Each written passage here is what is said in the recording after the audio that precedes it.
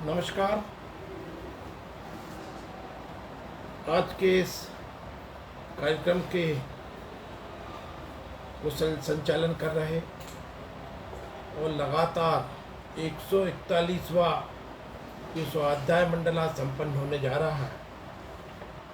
ऐसे प्रलेखन एवं पुस्तकालय विभाग के संयोजक आदरणीय अनिल सप्रे जी, सह संयोजक भाई नीरव प्रधान जी तथा उपस्थित सभी कार्यकर्ता बंधुओं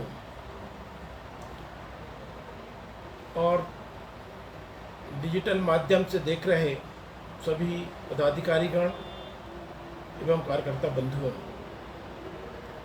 आज हम जिस महापुरुष की जन्म दिवस मना रहे हैं, उन महापुरुष के द्वारा स्थापित संगठन के हम कार्यकर्ता हैं।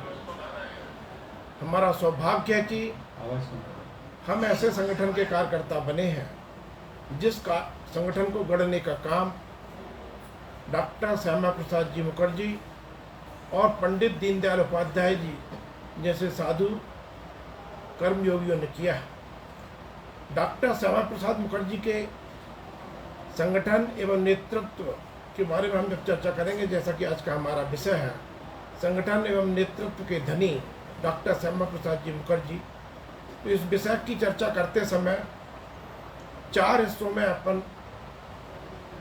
पूरे जीवन की चर्चा करेंगे। डॉक्टर श्यामा प्रसाद मुखर्जी इतना ब्रॉड व्यक्तित्व है कि उनके बारे में चर्चा करने के लिए अनेकों अध्याय जोड़े जा सकते हैं, अनेकों भाग बनाए जा सकते हैं, लेकिन जितनी समय सीमा आज हमारे पास है उसको हम 4 भागों में विभक्त करके चर्चा करेंगे। सबसे पहला है जन्म, शिक्षा और शिक्षाविद के रूप में डॉक्टर श्यामा प्रसाद मुखर्जी का योगदान। दूसरा है डॉक्टर श्यामा प्रसाद मुखर्जी का प्रारंभिक राजनीतिक जीवन। तीसरा हिस्सा है राष्ट्रीय स्वयंसेवक संघ के संपर्क में आना, परम पूजनीय गोलवलकर जी गुरु जी के मार्गदर्शन में राष्ट्रीय जनसंघ की स्थापना करना और पंडित दीनदयाल उपाध्याय जी के साथ मिलकर उस जनसंघ को, जिसको कि प्रथम चुनावों में केवल 3 सीटें मिली थीं, वह जनसंघ की आज जो विराट स्थिति है भारतीय जनता पार्टी के रूप में 303 सीटों के रूप में पूर्ण बहुमत की सरकार आज भारत में चला रही है, तो उसकी हम चर्चा करेंगे। चौथा हिस्सा है कश्मीर के लिए उनकी प्रतिबद्धता, राष्ट्रीय एकात्मता के लिए उनकी प्रतिबद्धता और उस प्रतिबद्धता के वशीभूत होकर अपना जीवन का बलिदान उन्होंने अंततोगत्वा अपनी विचार प्रतिबद्धता के साथ कश्मीर में जाकर अपना बलिदान दे दिया, अपना शरीर छोड़ दिया। जिन रहस्यमय परिस्थितियों में, जिन षड्यंत्रों के तहत उनकी मृत्यु हुई है, उसकी चर्चा अपन करेंगे। इन 4 भागों में अपन डॉक्टर श्यामा प्रसाद मुखर्जी के विशाल विराट व्यक्तित्व की चर्चा करेंगे। डॉक्टर श्यामा प्रसाद मुखर्जी का जन्म कलकत्ता के एक संभ्रांत परिवार आशुतोष जी मुखर्जी और माता श्रीमती योग माया जी के परिवार में जन्म लिया, द्वितीय पुत्र के रूप में जन्म लिया और प्रारंभिक शिक्षा उनकी कलकत्ता में हुई। वे इतने मेधावी विद्यार्थी थे कि वे कभी अपनी कक्षा में द्वितीय नहीं आए, क्योंकि वे हमेशा ही प्रथम श्रेणी, प्रथम स्थान के साथ में उन्होंने अपनी सभी परीक्षाएं पास की। इतने मेधावी विद्यार्थी थे। उन्होंने ग्रेजुएशन कलकत्ता विश्वविद्यालय से किया, वहाँ पर सीनेट के सदस्य बने। उसके बाद इंग्लैंड से जाकर बैरिस्टर एट लॉ की उपाधि प्राप्त की 1927 में। डॉक्टर श्यामा प्रसाद मुखर्जी एक शिक्षार्थी के रूप में यदि सफल थे, तो दूसरी ओर शिक्षा देने के लिए भी वे प्रतिबद्ध थे, कटिबद्ध थे और उनकी मेधावी शक्ति के कारण उनके नाम पर जो एक रिकॉर्ड है वो आज तक भी कोई नहीं तोड़ पाया है। केवल 33 वर्ष की आयु में 8 अगस्त 1934 को वे कलकत्ता विश्वविद्यालय के कुलपति बने। जो सबसे कम आयु के कुलपति बनने का रिकॉर्ड उनके नाम पर है। 6 जुलाई उनका जन्म 1901 में कलकत्ता में हुआ था और 8 अगस्त 1934 में वो कलकत्ता विश्वविद्यालय के कुलपति बन गए थे। उनका स्वभाषा के प्रति, स्वाभिमान के प्रति जो लगाव था वो कुलपति बनने के बाद भी स्पष्ट रूप से दिखा।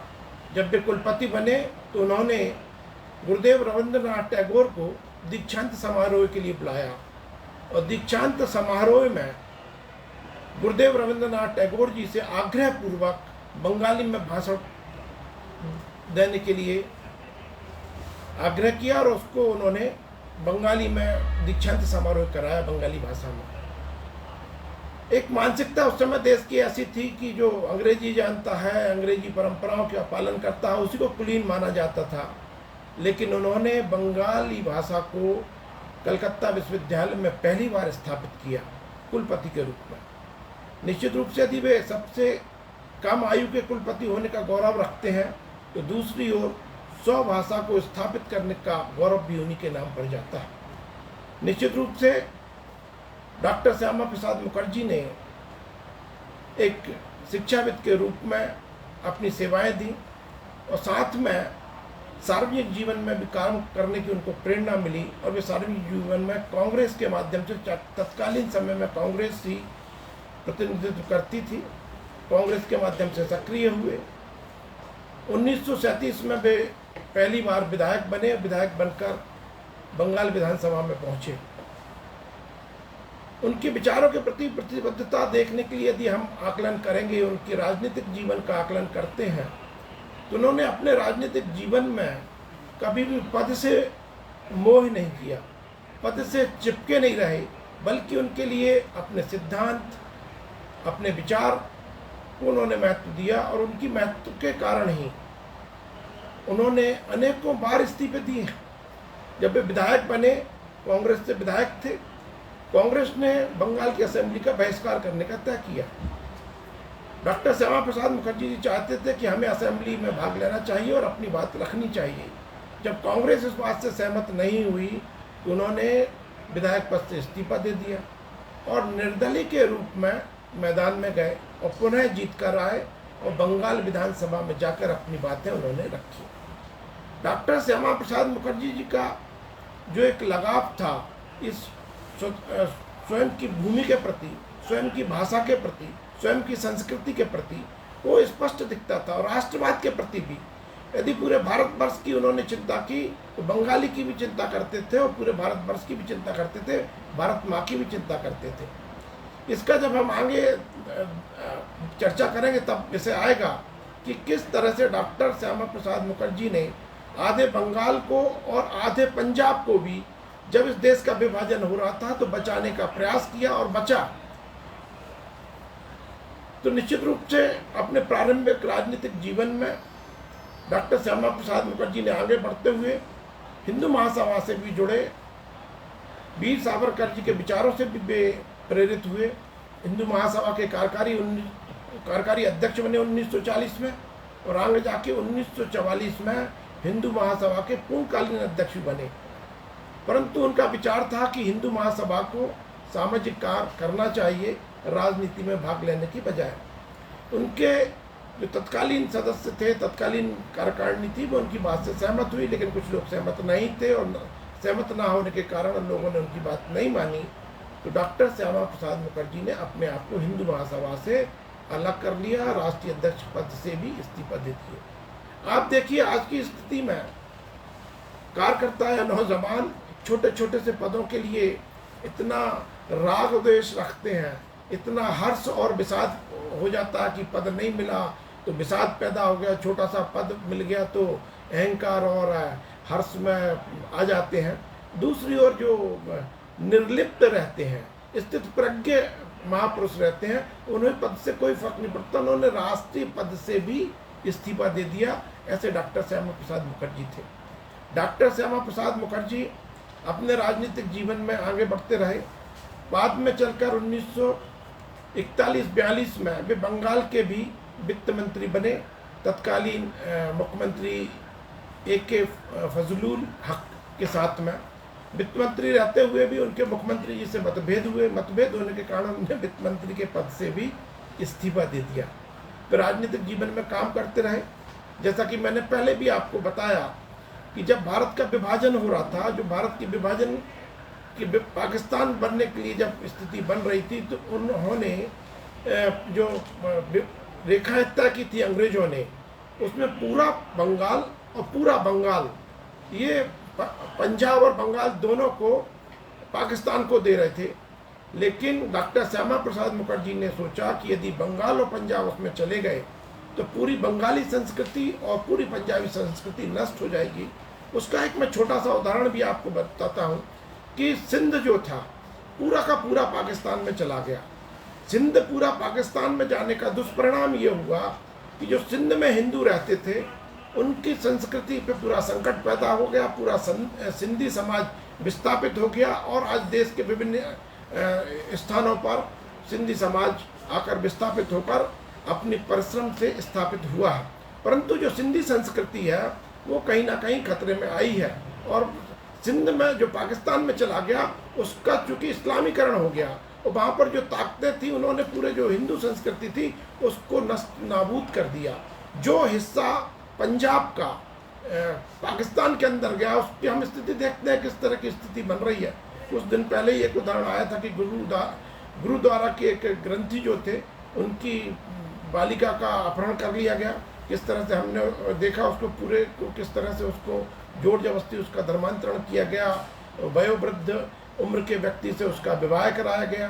तो ये जो पाकिस्तान में जाने की स्थिति थी, यदि पंजाब और बंगाल भी चला जाता, जो आज उन हिस्सों में हो रहा है वो ये जो बचा हुआ है हमारे इनमें भी हो जाता। परंतु डॉक्टर श्यामा प्रसाद मुखर्जी की दूरदर्शिता के कारण ये बंगाल का आधा हिस्सा भी और आधा पंजाब का भी हिस्सा भारत में बचा और उसी का कारण है कि पंजाबी संस्कृति भी जीवित है और बंगाली संस्कृति भी जीवित है। ये डॉक्टर श्यामा प्रसाद मुखर्जी का जो राष्ट्र के प्रति प्रेम था, जो हमारी संस्कृति के प्रति प्रेम था, उसका फल है। अन्यथा जिस तरह के उस समय अंग्रेजों ने षड्यंत्र रचे, जिस तरह से उस समय मुस्लिम लीग ने षड्यंत्र रचे और जिस तरह से उस समय की तत्कालीन कायरतापूर्ण जो नेतृत्व था उसने जो विभाजन स्वीकार कर लिया, उसके दुष्परिणाम थे कि किस तरह से हिंदुओं का पलायन पाकिस्तान से हुआ। डॉक्टर श्यामा प्रसाद मुखर्जी आगे चलकर केंद्रीय मंत्रिमंडल के सदस्य बने। गांधी जी और सरदार पटेल के आग्रह पर उन्होंने मंत्री पद ग्रहण किया। उनको भारी उद्योग एवं आपूर्ति मंत्री बनाया गया नेहरू जी के प्रथम मंत्रिमंडल में। प्रथम मंत्रिमंडल में जब वे मंत्री थे, उन्होंने भारी उद्योग मंत्री रहते हुए अनेकों उद्योगों की स्थापना की। आज कांग्रेसी बंधु जिन उद्योगों की बात करते हैं, आश्रय लेने की कोशिश करते हैं, उनमें से अधिकतम भारी उद्योग डॉक्टर श्यामा प्रसाद मुखर्जी ने ही स्थापित किए थे। चाहे चितरंजन में रेल इंजन कारखाना हो, चाहे विशाखापट्टनम में जहाज उद्योग हो, चाहे बिहार में खाद के कारखाने हो, ये डॉक्टर श्यामा प्रसाद मुखर्जी ने भारी उद्योग मंत्री रहते हुए लगाए थे। परंतु उसी समय पंडित जवाहरलाल नेहरू और लियाकत अली जो उस तत्कालीन प्रधानमंत्री थे पाकिस्तान के, उनके बीच में एक समझौता हुआ जो नेहरू लियाकत पैक्ट के नाम से भी जाना जाता है, नई दिल्ली पैक्ट के नाम से भी जाना जाता है। ये 6 अप्रैल 1950 को हुआ था। लगातार 6 दिन तक वार्तालाप हुआ था और उसके बाद ये तय हुआ कि दोनों देश अपने अपने देशों में अल्पसंख्यकों का संरक्षण करेंगे, अल्पसंख्यक लोगों को सुरक्षा प्रदान करेंगे। इस पैक्ट के तहत भारत ने तो अपने सारे जो भी प्रतिबद्धताएं थी उनको निभाया है, लेकिन दूसरी ओर पाकिस्तान से तत्कालीन समय से ही पैक्ट होने के तत्काल बाद भी इस समझौते का पालन नहीं किया। उसका दुष्परिणाम था कि उस समय जो अभी बांग्लादेश कहलाता है और जो बंगाल का हिस्सा था जो पाकिस्तान में गया, उससे लाखों हिंदू लोग पलायन होकर जो वर्तमान में पश्चिम बंगाल है उसमें आ रहे थे। डॉक्टर श्यामा प्रसाद मुखर्जी इसके लिए बार बार आवाज़ उठा रहे थे, उनकी आवाज़ को सुना नहीं जा रहा था। उन्होंने अपनी बात ना सुने जाने के लिए नेहरू मंत्रिमंडल से इस्तीफा दे दिया। नेहरू जी की जो तुष्टिकरण की नीति थी, नेहरू जी का जो एक लक्ष्य था वो केवल भारतवर्ष के अल्पसंख्यक थे, उनको अपने पक्ष में लाने का था।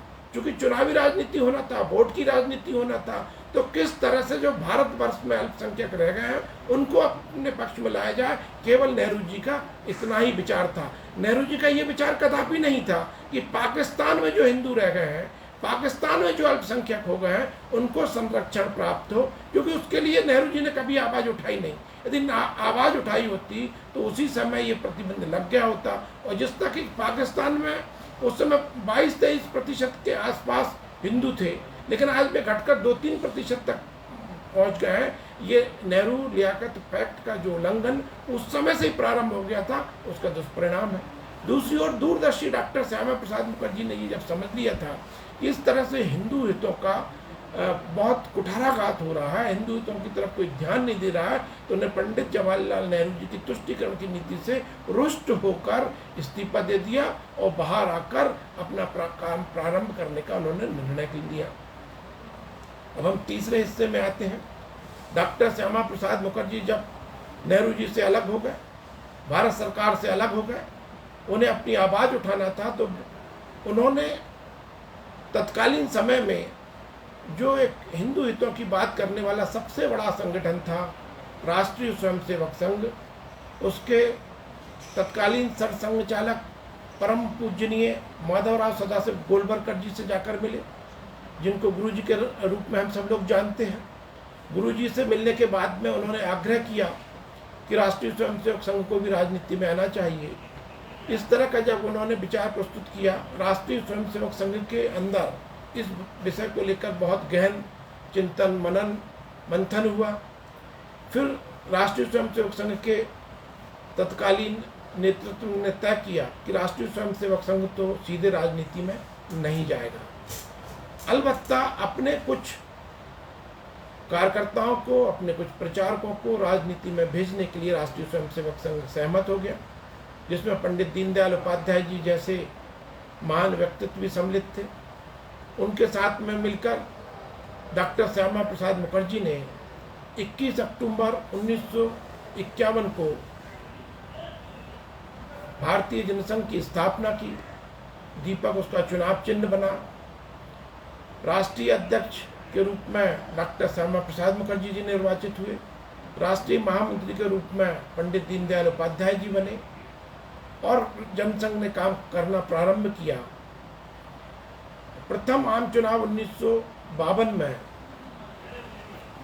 जनसंघ को 3 सीटें मिली। उन 3 सीटों में डॉक्टर श्यामा प्रसाद मुखर्जी भी एक सांसद थे।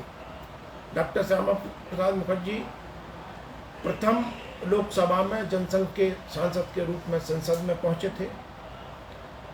इस तरह से जनसंघ का प्रारंभ हुआ, जनसंघ का कार्य प्रारंभ हुआ। जब जनसंघ का पहला अधिवेशन कानपुर में 1952 में संपन्न हुआ, उस अधिवेशन में जो प्रस्ताव रखे गए थे उनमें सबसे महत्वपूर्ण प्रस्ताव जो डॉक्टर श्यामा प्रसाद मुखर्जी ने रखा था वो कश्मीर को लेकर रखा था। उन्होंने नारा दिया था, एक देश में 2 विधान 2 प्रधान 2 निशान, नहीं चलेंगे नहीं चलेंगे। ये नारा जनसंघ के प्रथम अधिवेशन में दिया गया था, कानपुर की धरती को 1952 में। और आगे चलकर ये नारा आज जब 370 हटी है, हमारे यशस्वी प्रधानमंत्री नरेंद्र मोदी जी के नेतृत्व में लोकप्रिय गृह मंत्री अमित शाह जी के प्रयत्नों से जो लोकसभा और राज्यसभा में प्रस्ताव 370 को हटाने का पारित हुआ, उसके साथ में डॉक्टर श्यामा प्रसाद मुखर्जी का सपना पूरा हुआ जो हमने प्रथम अधिवेशन में तय किया था। तत्कालीन समय में कश्मीर की जो हालत थी, उसमें जो कश्मीर के जो अभी मुख्यमंत्री कहलाते वो प्रधानमंत्री कहलाते थे, जो राज्यपाल थे वो सदर रियासत कहलाते थे। लेकिन डॉक्टर श्यामा प्रसाद मुखर्जी लगातार आवाज़ उठा रहे थे कि जो कहा कि 2 विधान है, क्योंकि भारत का विधान अलग था, भारत का संविधान अलग था। कश्मीर में एक अपना विधान चलता था, कश्मीर का अपने आप में एक संविधान था। दो प्रधान, यानी भारत का प्रधानमंत्री अलग था, कश्मीर का प्रधानमंत्री अलग था। दो निशान अर्थात दो झंडे, भारत का झंडा अलग था, कश्मीर का झंडा अलग था। इस तरह की स्थिति उस समय की भारत सरकार की थी। लेकिन डॉक्टर श्यामा प्रसाद मुखर्जी ने दृढ़ संकल्प किया था और अगस्त 1952 में एक विशाल जनसभा को जम्मू में संबोधित करते हुए उन्होंने कहा था कि मैं या तो आपको भारतीय संविधान दूंगा अथवा इस कार्य को करते करते अपना बलिदान दे दूंगा। डॉक्टर श्यामा प्रसाद मुखर्जी के जो शब्द जम्मू की धरती पर कहे गए थे वे दोनों ही पूरे हो गए। उन्होंने अपना बलिदान देने का कहा था, उनका बलिदान भी हो गया और उनके बलिदान के सदपरिणाम स्वरूप आज जो उन्होंने कहा था कि संविधान दूंगा, कश्मीर को भारतीय संविधान देंगे, जम्मू कश्मीर में रहने वाले नागरिकों को भारत का संविधान देंगे, वो सपना भी 370 हटने के साथ में पूरा हो गया। डॉक्टर श्यामा प्रसाद मुखर्जी ने कश्मीर के जो मुद्दा उठाया था वो उनके कितने मन के पास था, कितना उनके हृदय के अंतःस्थल में बसा हुआ था, ये उनके उस वाक्य से समझ में आता है। या तो भारतीय संविधान आपको दूंगा, अन्यथा ये प्रयत्न करते करते अपना बलिदान दे दूंगा। जब डॉक्टर श्यामा प्रसाद मुखर्जी ने तय किया कि वे कश्मीर जाएंगे, उस समय कश्मीर में जाने के लिए भी परमिट लगता था, यानी अपने देश में ही जाने के लिए परमिट लो। जैसे अभी हम दूसरे देश में जाते हैं तो हमें वीज़ा लेना पड़ता है, इसी तरह से यदि कश्मीर में जाना है तो हमें परमिट लेना पड़ता था। डॉक्टर श्यामा प्रसाद मुखर्जी ने घोषणा की कि मैं परमिट नहीं लूँगा और कश्मीर जाऊँगा। डॉक्टर श्यामा प्रसाद मुखर्जी गुरुदत्त जी, टेकचंद जी के साथ में रवाना हुए। अटल बिहारी वाजपेयी जी भी उनके साथ में थे। और जब वे पंजाब से जो कश्मीर में प्रवेश का रास्ता है, माधोपुर के पास से थोड़ा आगे चलकर रावी नदी पर एक पुल बना हुआ है। सामान्य तौर पर जब कोई भी नागरिक कश्मीर में प्रवेश करने की कोशिश करता था या उसका परमिट चेक होता था, परमिट ना होने की स्थिति में उसको वापस भेज दिया जाता था। वो रावी नदी के इसी तरफ अर्थात पंजाब की तरफ भी रोक लिया जाता था। पंजाब की तरफ भी रोक कर उसको या तो परमिट की जांच की जाती थी और उचित परमिट होने की दिशा में आगे बढ़ने दिया जाता था, अन्यथा वापस भेज दिया जाता था। लेकिन जिस तरह से डॉक्टर श्यामा प्रसाद मुखर्जी के विरुद्ध षड्यंत्र हुआ, उसका परिणाम था कि जब डॉक्टर श्यामा प्रसाद मुखर्जी पंजाब से आगे बढ़े और रावी नदी में पुल पर प्रवेश किया, उनको जाने दिया गया। जब जाने दिया गया, इसका अर्थ ये था कि पंजाब की सरकार भी, कश्मीर की सरकार भी और तत्कालीन केंद्रीय सरकार भी इस पूरे एपिसोड में, पूरे षड्यंत्र में कहीं ना कहीं शामिल थी। उनको जाने दिया गया। जब ब्याधी नदी को पार कर कर कश्मीर की तरफ को पहुंच गए तो कश्मीर की पुलिस ने उनको परमिट के बारे में पूछा। उन्होंने कहा परमिट नहीं है मुझ पर, लेकिन मैं कश्मीर जाऊंगा। उनको गिरफ्तार कर लिया गया।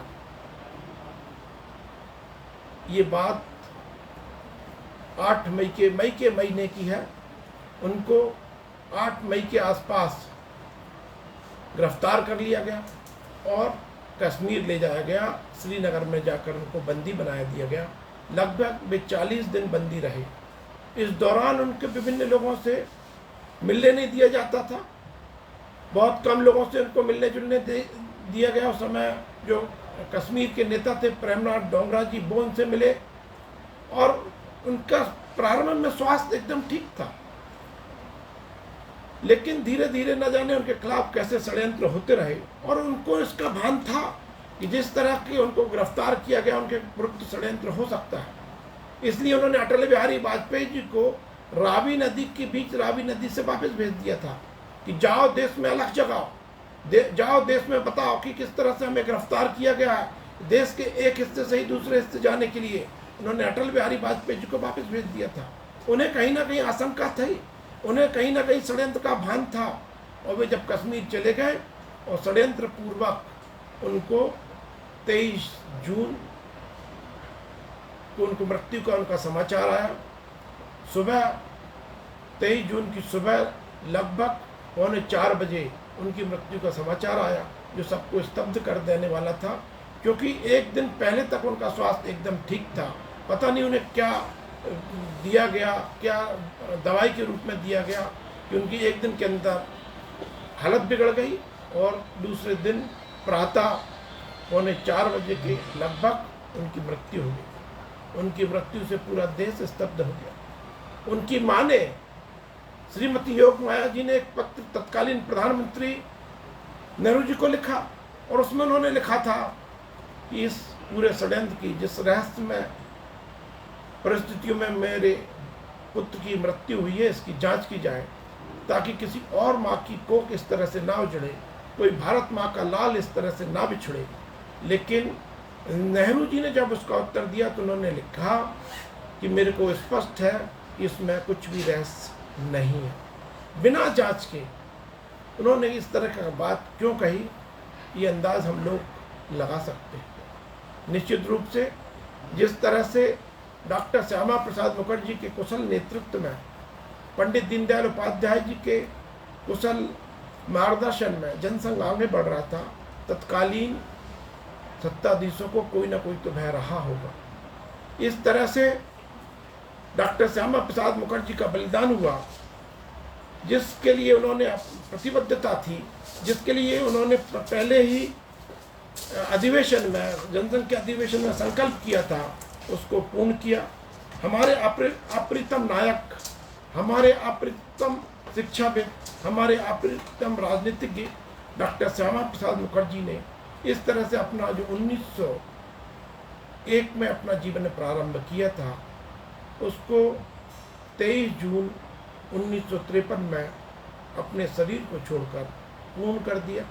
परंतु उनकी इसी अनवरत यात्रा से जो सबसे बड़ा लाभ इस देश को हुआ, जिस तरह से मैंने पहले भी आपसे कहा कि जब उनका बलिदान कश्मीर में हुआ, उसके विषय में हम देखेंगे कि उनके बलिदान से भी कितना काम इस देश में हुआ। जब डॉक्टर श्यामा प्रसाद मुखर्जी का बलिदान कश्मीर में हुआ, पूरे देश में बहुत जनाक्रोश पैदा हुआ, जगह जगह प्रदर्शन हुए, जगह जगह जनता तत्कालीन सत्ताधीशों के खिलाफ उठ खड़ी हुई। उसके दबाव में आकर तत्कालीन सरकारों ने परमिट व्यवस्था खत्म कर दी, तत्काल परमिट व्यवस्था खत्म कर दी गई, और जो कश्मीर के पीएम थे उनको सीएम कहा जाने लगा, अर्थात प्रधानमंत्री जो कश्मीर, जम्मू कश्मीर के मुख्यमंत्री को कहा जाता था, वो समाप्त हो गई व्यवस्था। सदर रियासत जिसको कहा जाता था उसको राज्यपाल कहा जाने लगा। सर्वोच्च न्यायालय और इलेक्शन कमीशन, इन दोनों का जो कार्य क्षेत्र था वो भी जम्मू कश्मीर में नहीं लागू होता था। लेकिन डॉक्टर श्यामा प्रसाद मुखर्जी के बलिदान के सदपरिणाम स्वरूप सर्वोच्च न्यायालय और इलेक्शन कमीशन का जो क्षेत्र है वो जम्मू कश्मीर तक चला गया, और जम्मू कश्मीर भी सर्वोच्च न्यायालय और इलेक्शन कमीशन के अंतर्गत आ गए। जो जिसको हम कह सकते हैं जो तत्काल हुआ, ये केवल उनके बलिदान के कुछ दिनों के अंदर जनता की जो भावनाएं थी उनको शांत करने के लिए तत्कालीन सरकार को, नेहरू सरकार को ये निर्णय करने पड़े। परंतु आगे चल के जिस तरह से आज भारतीय जनसंघ का जो विशाल स्वरूप बना, जो भारतीय जनता पार्टी बनी नरेंद्र मोदी जी के नेतृत्व में, 16 मई 2014 को पूर्ण बहुमत की जब केंद्र में सरकार बनी, तो आपको भी शायद गौरव होगा कि स्वतंत्र भारत में एकमात्र भारतीय जनता पार्टी ऐसी पार्टी है जो कांग्रेस से अलग होकर, मतलब कांग्रेस के अलावा यदि किसी एक पार्टी ने पूर्ण बहुमत की सरकार बनाने की में सफलता प्राप्त की है तो वो भारतीय जनता पार्टी है। कुछ मित्र कह सकते हैं कि 1977 में भी जनता पार्टी की पूर्ण बहुमत की सरकार बनी थी, लेकिन जनता पार्टी कोई एक विचारधारा की पार्टी नहीं थी। जनता पार्टी जयप्रकाश नारायण जी का जो आंदोलन चला, उसके फलस्वरूप जो लोग इकट्ठा हुए थे, और इंदिरा गांधी ने जो 1975 में आपातकाल लगाया था, और उसके बाद में जो सब लोग इकट्ठा हो गए थे, और उस समय इस गठबंधन की राजनीति प्रारंभ नहीं हुई थी, तो सबने मिलकर जयप्रकाश नारायण जी के नेतृत्व में जनता पार्टी बना ली थी। लेकिन वो एक पार्टी नहीं कहा जा सकता क्योंकि उसमें विभिन्न लोग सम्मिलित थे। बाद में जब 1980 में हमारे माफ कीजिए, हमारे ऊपर भी प्रश्न चिन्ह लगाए गए कि दोहरी सदस्यता, राष्ट्रीय स्वयंसेवक संघ से संबंध तोड़िए या हमसे संबंध तोड़िए, इस तरह की जब बातें कही गई तो हमने भी कहा नहीं, राष्ट्रीय स्वयंसेवक एक सांस्कृतिक संगठन है, राजनीतिक नहीं है, इसमें दोहरी सदस्यता का प्रश्न नहीं है। हम भी उनसे अलग हुए और दूसरे दल भी अलग हुए, किसी ने जनता पार्टी बना ली, किसी ने जनता दल यू बना लिया, किसी ने समाजवादी पार्टी बना ली, किसी ने समता पार्टी बनी, और सब लोग अलग अलग हो गए। और केवल भारतीय जनता पार्टी एकमात्र ऐसी पार्टी है जो सफलतापूर्वक 2014 में भी पूर्ण बहुमत की सरकार बनाई, 2019 में भी पूर्ण बहुमत की सरकार बनाई। तो निश्चित रूप से जो डॉक्टर श्यामा प्रसाद मुखर्जी ने नींव और संरचना तय की थी, जो डॉक्टर श्यामा प्रसाद मुखर्जी ने अपना पूरा जीवन दधीच जी की तरह अपना जीवन इस राष्ट्र को समर्पित कर दिया, उसके परिणाम स्वरूप आज हम इस स्थिति में पहुंचे हैं। और किस तरह से राष्ट्रीय हितों का संवर्धन हो रहा है ये हम देखते आ रहे हैं। डॉक्टर श्यामा प्रसाद मुखर्जी का जो सपना कश्मीर के बारे में था वो आज पूर्ण हो रहा है, आज पूरा हुआ है। अभी तो केवल 370 हटी है, 370 हटने के बाद में आप सभी लोग परिचित हैं, उस विषय को गहराई से मैं नहीं जाना चाहता कि किस तरह से लद्दाख को अलग किया गया है और जम्मू कश्मीर को अभी बनाया गया है, उसमें डिलिमिटेशन हो रहा है, उसमें जो कश्मीरी पंडित विस्थापित हो रहे हैं उनको पुनः वापस भेजकर स्थापित करने का प्रयास चल रहा है।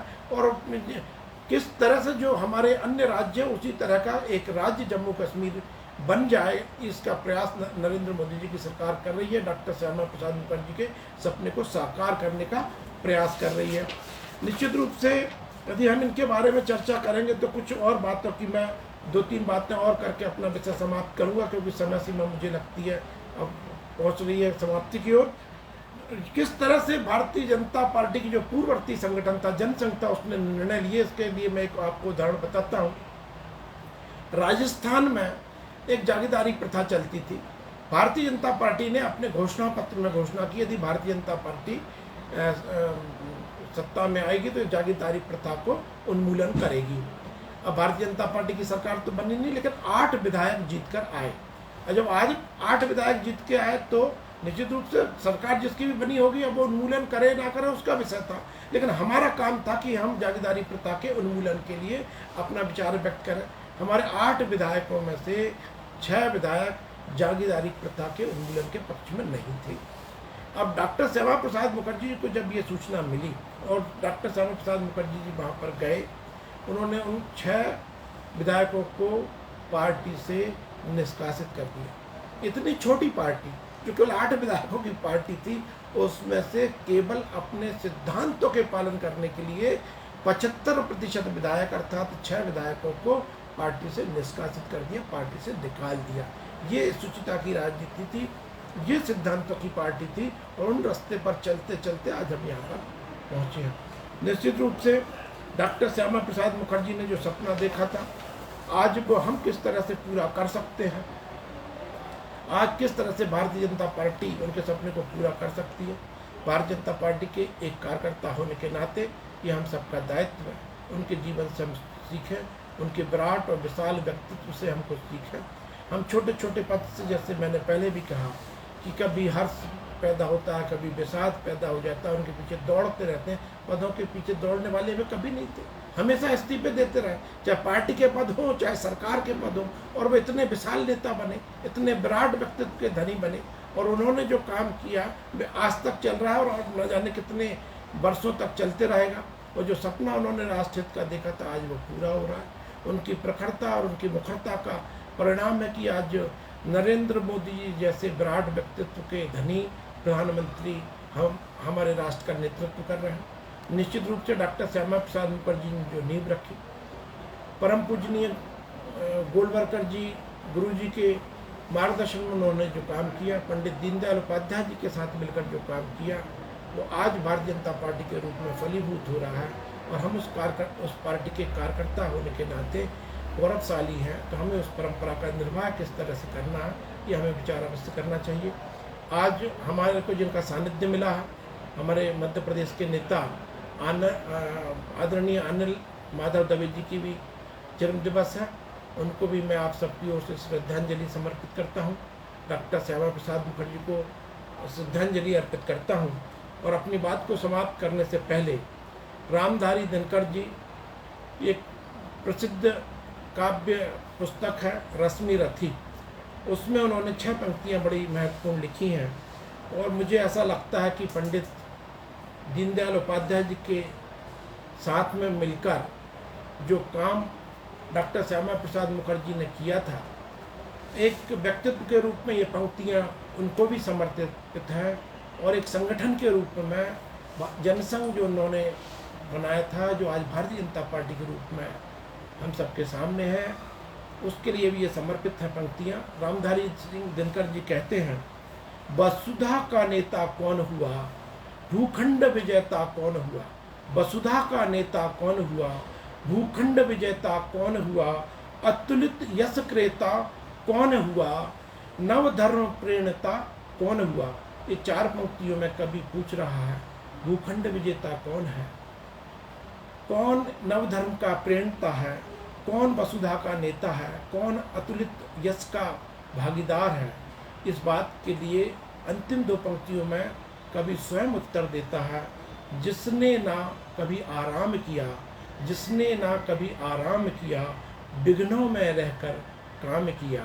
ऐसे हमारे डॉक्टर श्यामा प्रसाद मुखर्जी जी को मैं सादर श्रद्धांजलि अर्पित करते हुए आप सभी के प्रति आभार व्यक्त करता हूँ, धन्यवाद देता हूँ। आपने इतना धैर्यपूर्वक सुना।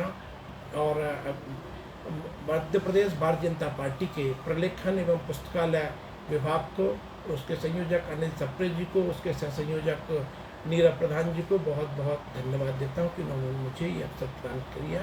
सादर नमस्कार। भारतीय जनता पार्टी जिंदाबाद। भारत माता की जय।